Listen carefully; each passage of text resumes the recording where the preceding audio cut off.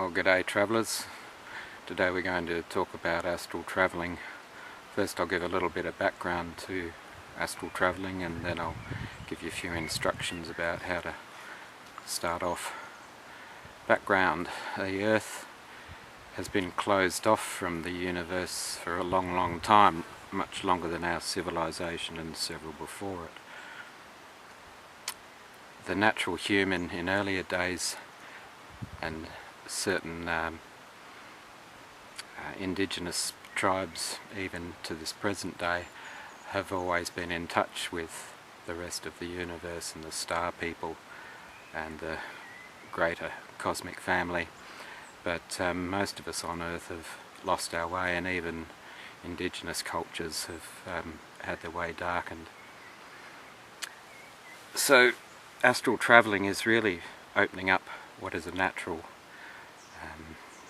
aspect of our being. It's partially restoring yourself as a citizen of the universe, which I might do another I shouldn't promise to do any more vids, but I may do a couple of follow-up ones with some more of this side information which is relevant but not directly on the topic.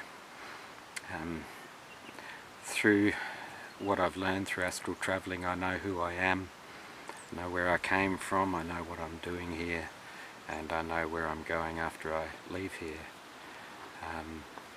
I always feel loved and I never feel lonely. That's a wonderful way to be as you get through each day. Alright, a bit more background. Humans have become a bit like a two-way radio that's stuck and can only transmit in one channel. I've got a two-way radio here. Two-way radio, you push the button to transmit and take it off when you finish transmitting, and there are several channels. These have got 18 channels, but you can only transmit and receive on one channel at a time.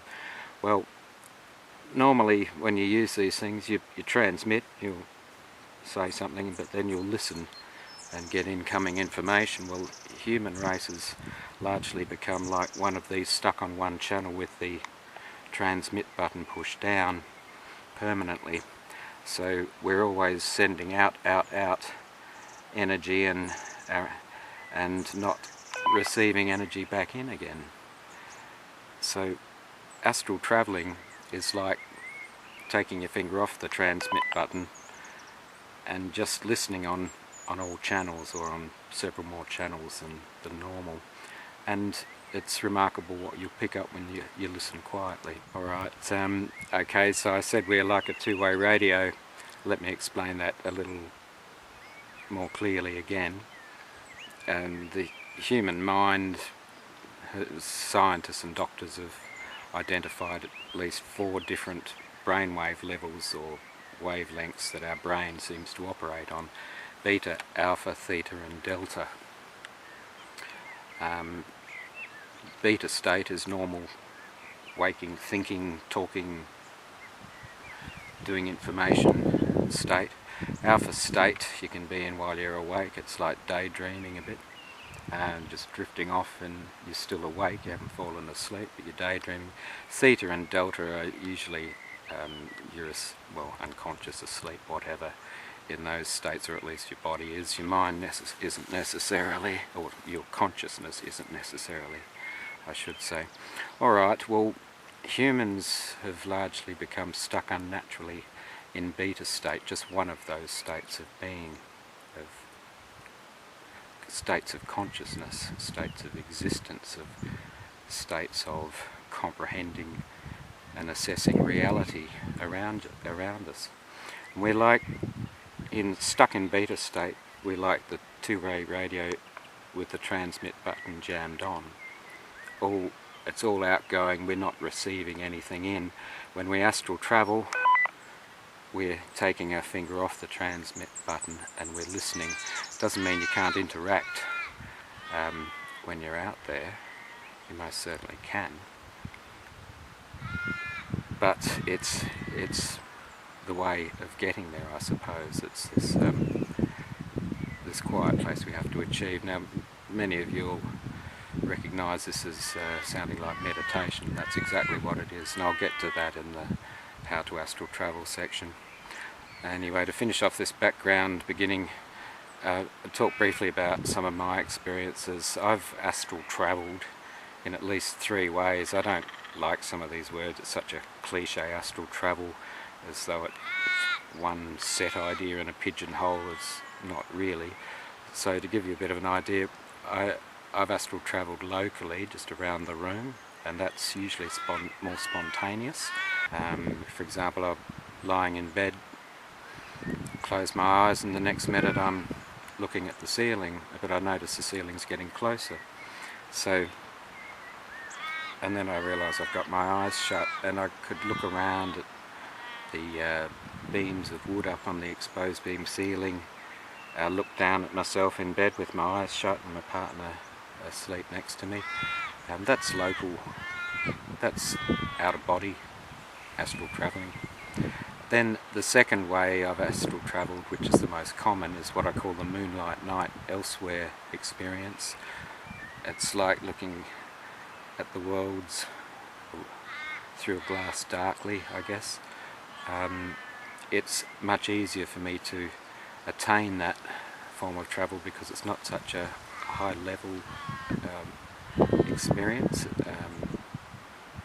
It takes me a lot more effort to get to what I call the full daylight elsewhere travel. I'm actually presently in preparation for that. I've been putting my life in order for the last year or 2 because I want to go into retreat for about 6 months and do some deep meditation travel, but that's another story again. So there's the travel where you're somewhere and it's just like this, just full daylight reality, except it's clearly not Earth and they're clearly not humans sometimes. Now my wife, here's a 4th type of astral travel. My wife does the one where she flies above the Earth, and she can look down at the Earth beneath her, and she sees the cord that attaches her conscious soul, whatever, to the physical body back on Earth, in the bed or wherever she is. So that's another type of astral travel. So my point here is it's not one thing. All of us are unique. We have unique fingerprints, unique brainwave patterns, etc. So our experiences are all unique too, and that goes for astral travelling. Okay, how to astral travel. Points 1, 2 and 3. Well, it's really about learning to meditate properly. Astral travel is one of the places meditation can take you. People meditate lightly, and quite rightly, just to relax from daily pressures. That's a very light level of meditation, where they're just closing their conscious mind down, shutting off that beta thought, stilling their mind, and giving it a rest. It's like if you're holding a heavy weight and you've got to hold it out all the time, but if occasionally you can just rest for a moment, you can hold it out forever and ever. Whereas if you don't ever get a rest, then your arms will eventually collapse. So light meditation's an excellent idea. Astral travelling just comes from taking it a little bit deeper and a little bit further. So how to meditate? Well, many of you will know how to meditate. For those who don't, there's plenty of information about it around on the internet and books, magazines, YouTube. I could spend like 20 hours talking about how to meditate as well as how to astral travel, and it's not really the place here. Look into it yourselves more. However, I will, for those of you who haven't meditated, a friend of mine years ago asked me about it, and I said to him, look, I'll give you an exercise to do.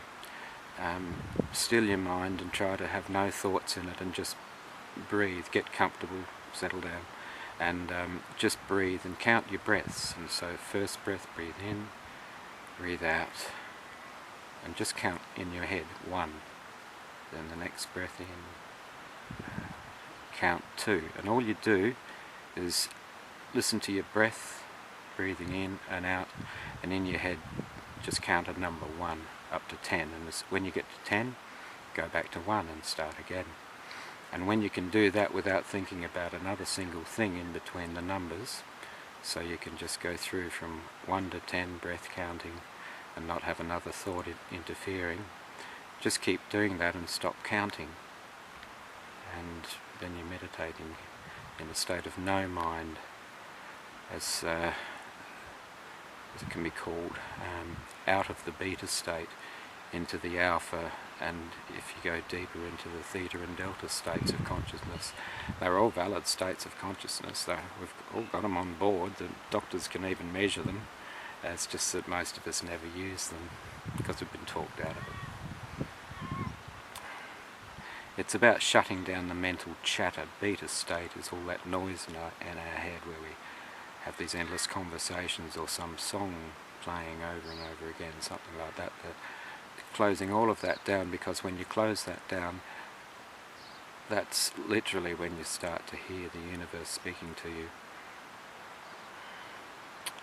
Meditation is just accessing parts of our consciousness we don't normally notice because we're distracted by our chatter in the beta mind. We've got ads, TVs, we've got iPods, we've got phones to do this too. We've got so much to do all the time, there's so much happening, and our minds, like anything, get into a pattern of constant beta containment. So some people got to get drunk just to get to sleep because they can't shut their minds down. I actually learned meditating years ago because I couldn't sleep well enough, and I wanted to learn how to stop the chatter in my mind, and that was my motivation for first learning to meditate. I slept much better after that, and still do. Right, well, this fella I gave that exercise to, he came back to me 2 months later and said, Mick, I can't get past 3. And so he could only get to 3 before beta thought would start to bash in on his mind and he'd get distracted. Well, some people it's easier than others, but it takes a little bit of getting the hang of. But once you get the hang of it, it becomes very easy to shut your mind down, your beta mind down quickly, and start receiving information instead of transmitting it all the time. So, how to astral travel? Go into meditation, then go down deeper and deeper in the meditation, head for the deeper levels, and that's where things begin to happen, big time. In my own experience, I get to the state of no mind, then then I get to a place I call Superconsciousness, or I used to call it Superconsciousness, where my awareness seems to be heightened. I just seem to be aware of everything in a strange, connected sort of a way. It's a wonderful place to go to, and I've since found out that's actually connecting consciously with my subconscious mind, or which that's meant to be subconscious, but you can actually connect with it. But that's another story, and maybe we'll make a video about that one day. So anyway, I go from no mind into this heightened state of what I can refer to, I call superconsciousness will do. Often at that stage my body will twitch. Sometimes I'll actually jump off the bed. Not everybody probably does this, but I get great shocks of energy through my body, and it twitches a lot sometimes, usually, and that's because my energy levels are raising and my body is trying to contain the energy as my consciousness is raising its vibration. My body's just fitting it all in, keeping up. That's what the body twitches are all about. So if you get that sort of thing, don't worry about it. Now at this point I can step off for what I call the Moonlight night elsewhere travel, or I can go deeper. But at this stage I find it very easy to get to this place. I can get there very easily, and I can go travelling. I have contact. It's hard to know what to say. People think you're a lunatic, but like a month ago my special friends took me on a journey to the sun and scooted around outside the sun, and we went deep inside it, and it was just the most blissful, wonderful experience. But I'm not here to talk about that particularly, it's just an example. And that was in the Moonlight night travel, that seeing through a glass darkly. You can see everything there, it's just darker because my vibration's at a lower place. Then anyway, if I continue on past that body twitching superconsciousness state, after my brain starts to feel like it's going to explode, and I actually used to worry that my brain might explode back in the 80s when I was first doing this, but I thought, the hell with it, see what happens. Well, my brain didn't explode, and so far so good, but just feels like it might explode. It's a peculiar feeling, but once again, that's just as my vibration, my consciousness level raises in its vibration, the body and the brain circuits all adjust as you go. So if you feel funny physical effects like them, don't worry about it. It's can be confronting, but it's no big deal. And then after, finally I come to a point and there's this bright flash of light, which I can only describe like a nuclear bomb going off in front of your face with no noise. It's the brightest light ever encountered, brighter than staring at the sun, I think. And instantly I'm elsewhere in full daylight, technicolor, just like I'm here, only I'm somewhere else.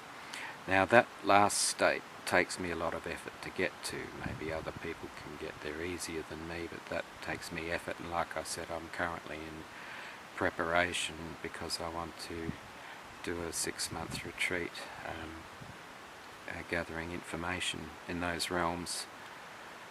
Okay, a few other tips for as you head off astral travelling.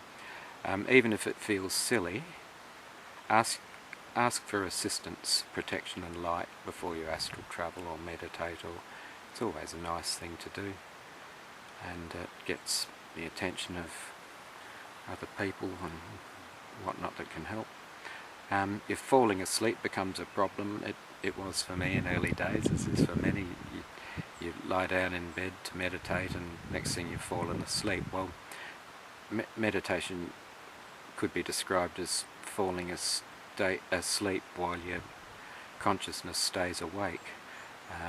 But if you find you just can't get past falling asleep and you can't get through that stage, people stare at a candle burning, stare at running water. For example, these are ways you can get into that trance state or that no-mind state that can take you there without falling asleep. I once was walking up a river and encountered some blackfellas staring at a waterfall, and to most whitefellas they just look at like a lot of lazy blackfellas sitting around, but they were actually waterfall dreaming, and they were travelling in and experiencing the mysteries of the waterfall that it had to show them, but whitefellas just don't usually get that sort of thing. Alright, another way to get out into the travel is visualization. Everyone relates to different things. These are just, try any of these, whatever works. Visualization, picture yourself opening a door and stepping through it into another place, or climbing through a window, exiting out of a tunnel into the daylight, swimming up to the surface and pushing your head out of the water. These kind of visualizations can help you break free, because what we're looking for is a place where your consciousness has become so relaxed that it disconnects from the body and off she goes. So visualization may help. While you're out there, don't think about what you see or experience or how you feel about it. Just be.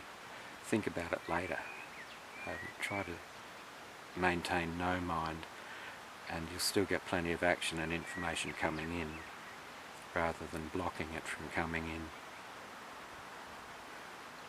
in. Don't worry too much about fear. Don't be distracted by fear. Nothing can hurt you. Things might scare you, sure, but nothing can hurt you, and you can always easily return to your body, just like that, automatic, instant, easy. So there's never anything to fear, but I've often been frightened and often felt challenged and stayed there. It took me 5 goes with the bright flash of light to get through that. It was such a fright the first time it happened. I didn't know what happened. I snapped back into my body, and about the 3rd time I started to realise this might be some sort of gateway, and it was about the 5th go with the bright flash of light that I finally got away onto the full daylight travel. So I was frightened just at the flash of light. I've been frightened by other things since, but fear's alright, and there's nothing can hurt you, and you get used to it, and things that used to frighten you become familiar and friendly after a while. So practice regularly, just like exercise. The more you practice, the more you'll build up strength, and your ability will build up and broaden as well. Read books. I've given you some of my ideas here, but read books, web articles, watch YouTube vids or whatever. Get as much information as you can from as many viewpoints as you can. Good travels. We are just outside of Charlottesville at the Monroe Institute, and this is a huge farm that is in the Blue Ridge Mountains, and it's heaven here, just heaven. I have come here, originally I read a book by Robert Monroe called Journeys Out of the Body, and I felt as though my spirituality, as though my being was affirmed, that I wasn't a kook for having some of the experiences that I've experienced. Bob Monroe's books are descriptions of his out-of-body experiences, what he experiences when he leaves his body and goes into different realms.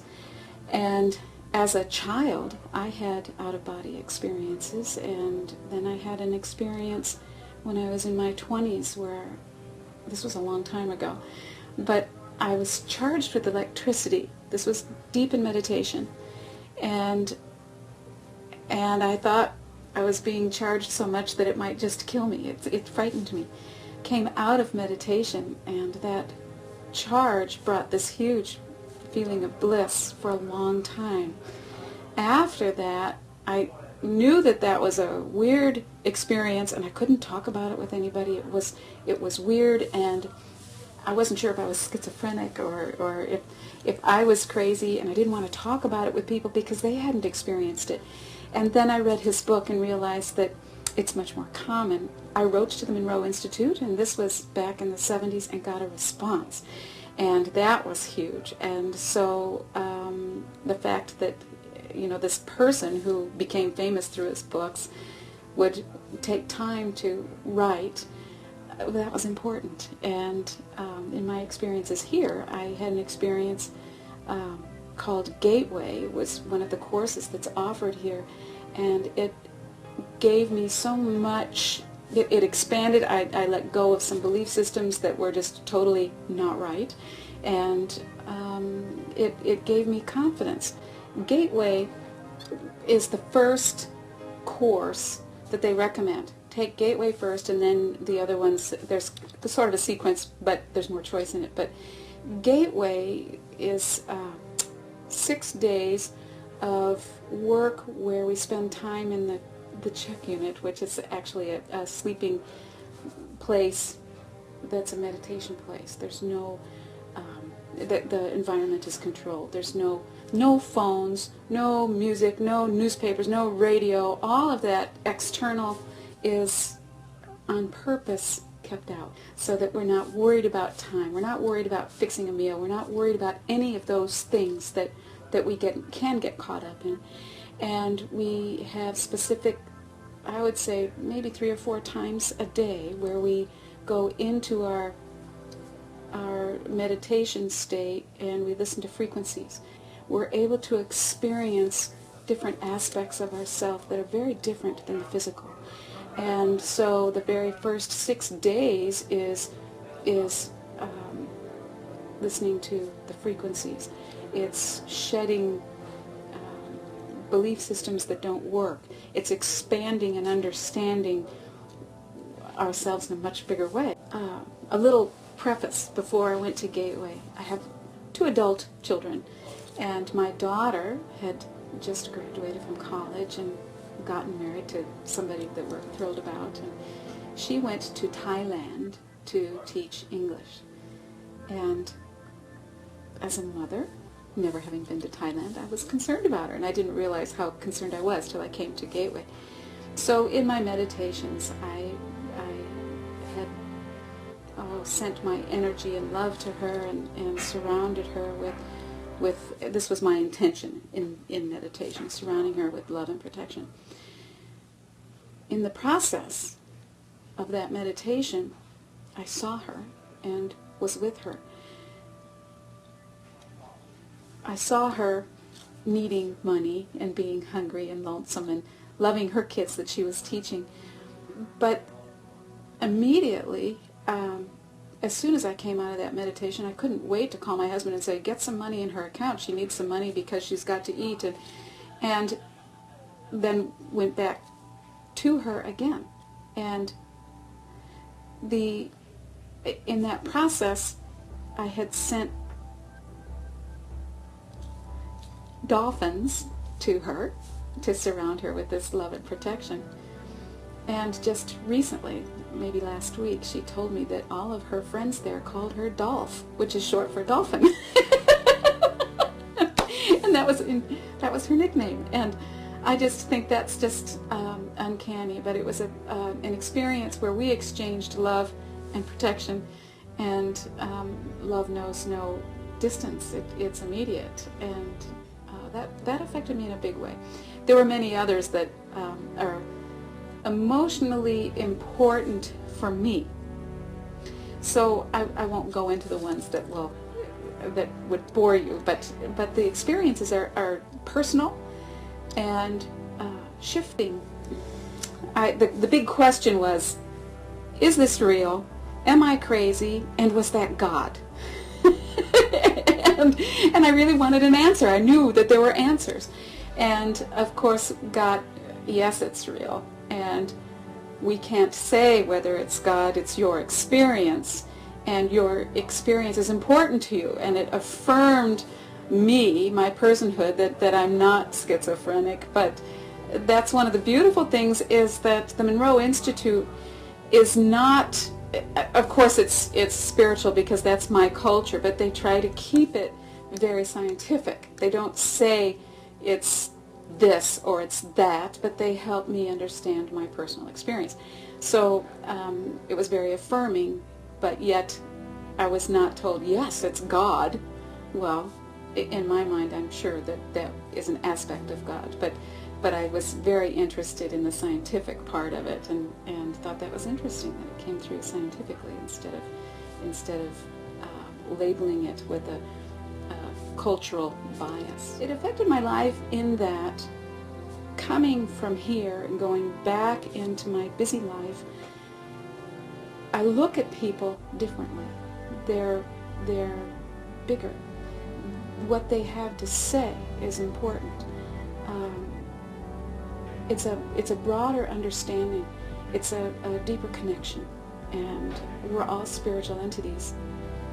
No matter what these physical bodies give us, we're more to it than that, and that understanding makes our relationships different. And different experiences, whether we want them or not, happen. And so I felt opened up to these experiences, able to see them. I think all of us are bombarded with these wonderful messages and experiences, and we're busy and don't see them. And so it opened up my awareness to many more than I had before. So it's a big experience.